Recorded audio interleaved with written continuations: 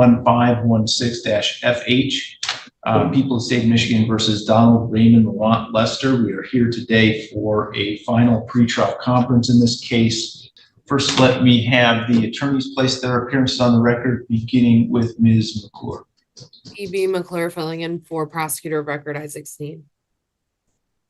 Samaris Hennigan on behalf of Donald Lester. All right, and Mr. Lester, I believe, is in the jail Zoom 2 device. Mr. Lester, are you there? Yeah, I'm here. All right, so I don't know what's going on with the camera. We can't see you. It looks to be shooting at the seat. Almost. I'm saying that we can't see you, Mr. Lester. So, Ms. Hennigan, where do we stand? Are we ready to proceed to trial on June 20th? Thank you, Your Honor. I met with my client yesterday and did make the final offer to him with regard to plea agreements. My client has declined to accept the plea that was offered by prosecution. I also was informed by my client that he has filed a few motions. I guess you would say pro se. I have not seen those motions myself, but he says he mailed them to the court.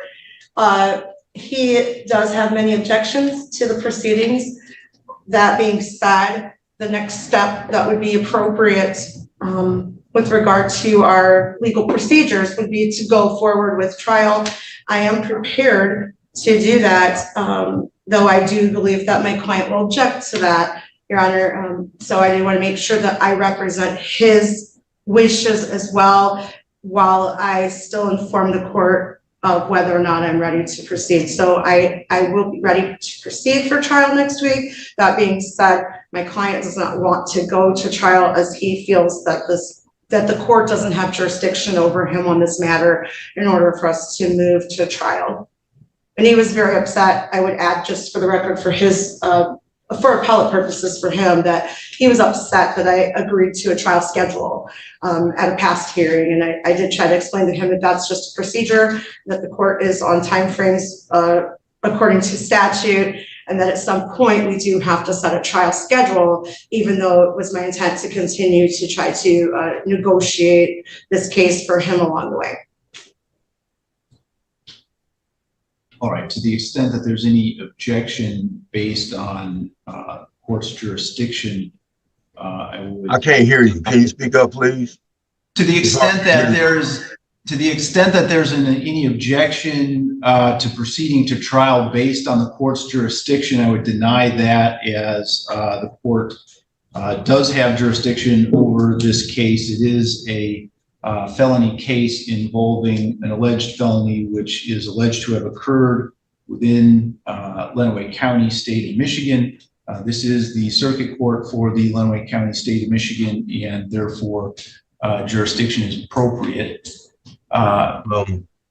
Ms. McClure, is there anything we need to address from the people's side? The people have not received any motions that have been referenced, but as far as I know, we are prepared to proceed to trial next week as well. Right. All right, so do we have proposed jury instructions and voir dire questions yet? We do not. I know I spoke with Mr. Sneed yesterday, but I'm certain that we can agree upon those within the next day or so. I see some in our file, so maybe he's drafted them and just not. Yes, he was working on them. Okay, so I'll need those by the end of the week so that we have an adequate amount of time to get prepared for trial. I would also like to intervene here real quick, but that being said, the motion is just not for the jurisdiction, it's also for personal jurisdiction and subject matter jurisdiction. I had the right to a resisting unlawful arrest, and it's not being addressed. The Supreme Court ruling on that, I just read that not too long ago, and they arrested me for an old traffic ticket, is where it started at. They're trying to dodge the point of where they harassed me for 3 days before they arrested. And as far as this possession situation go, I was informed yesterday by my attorney, who I haven't talked to since March, that I was looking at 14 years. Under your court, Michigan rules that after 10 years, under a lower felony, after 10 years, it's automatically expunged. So I'm trying to figure out how am I being charged with a habitual criminal. And also, I would like to get that in writing that you said that you have jurisdiction over this case, but not the said person. And that's all in the motions that I sent over to the clerk's office. I also have them all notarized. I also have copies of everything that I sent over there. So there should be somewhere in y'all file that y'all should have it. Your Honor, I did. And personal. And like I said, I haven't talked to this woman since March. She told me that I was going to be released out for bond, and I haven't heard anything from her since then. I wrote her a letter. The first time I seen this woman in about 2 or 3 months, his first time was yesterday. And she doesn't represent the said name anyway. I've talked to her about that situation too. Somebody's not being truthful here. And I've been sitting here almost 10 months without a bond or even so much as calling my witnesses. She's never asked me anything. So my due process is being violated. Also, I'm sitting in here on an unsigned warrant. Unsigned. A probable cause warrant. They trying to make it look like they arrested me for those charges, and it's not what it was for. That's not what it was for. I was arrested for driving on a suspended license from back in 2016. That case got dismissed.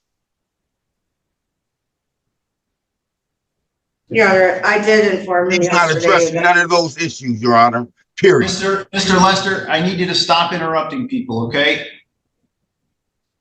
What is it that you wanted to say? I did inform him yesterday that the charges he was facing could, that it's up to 14 years because there's consecutive sentencing available on those charges. He has a felony that is up to 10 years and then 2 R&Os, which can be sentenced consecutively if that were requested and or if the court were to do it. And I informed him of that at the time that I was telling him about the plea agreement that would allow him to be released today. So he is correct in that I did inform him of that, but it's not because of a habitual offender notice. And he asked me about that yesterday, and I reiterated again yesterday that that is not why. That was not why he's facing that amount of time. It was simply me telling him worst case scenario in this matter.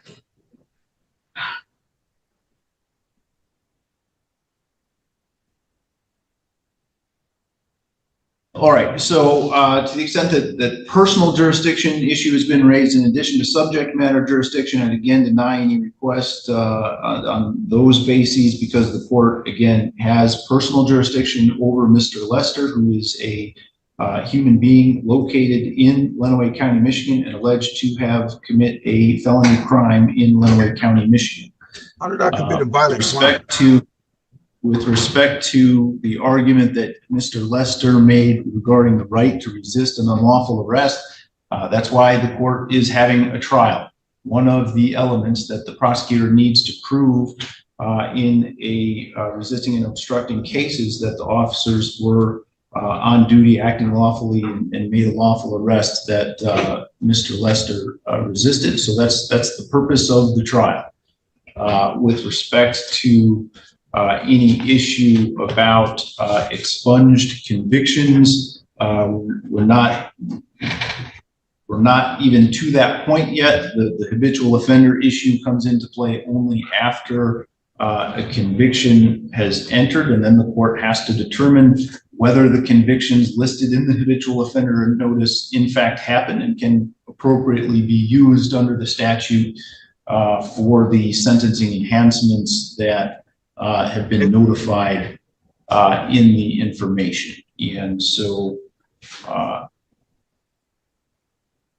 okay.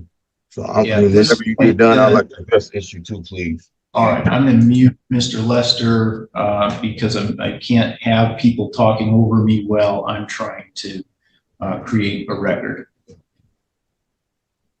All right, so then we are ready to proceed to trial on June 20th. Again, I'd like to have the voir dire questions and jury instructions ready or to the court by the end of the week so that we can have those ready to go.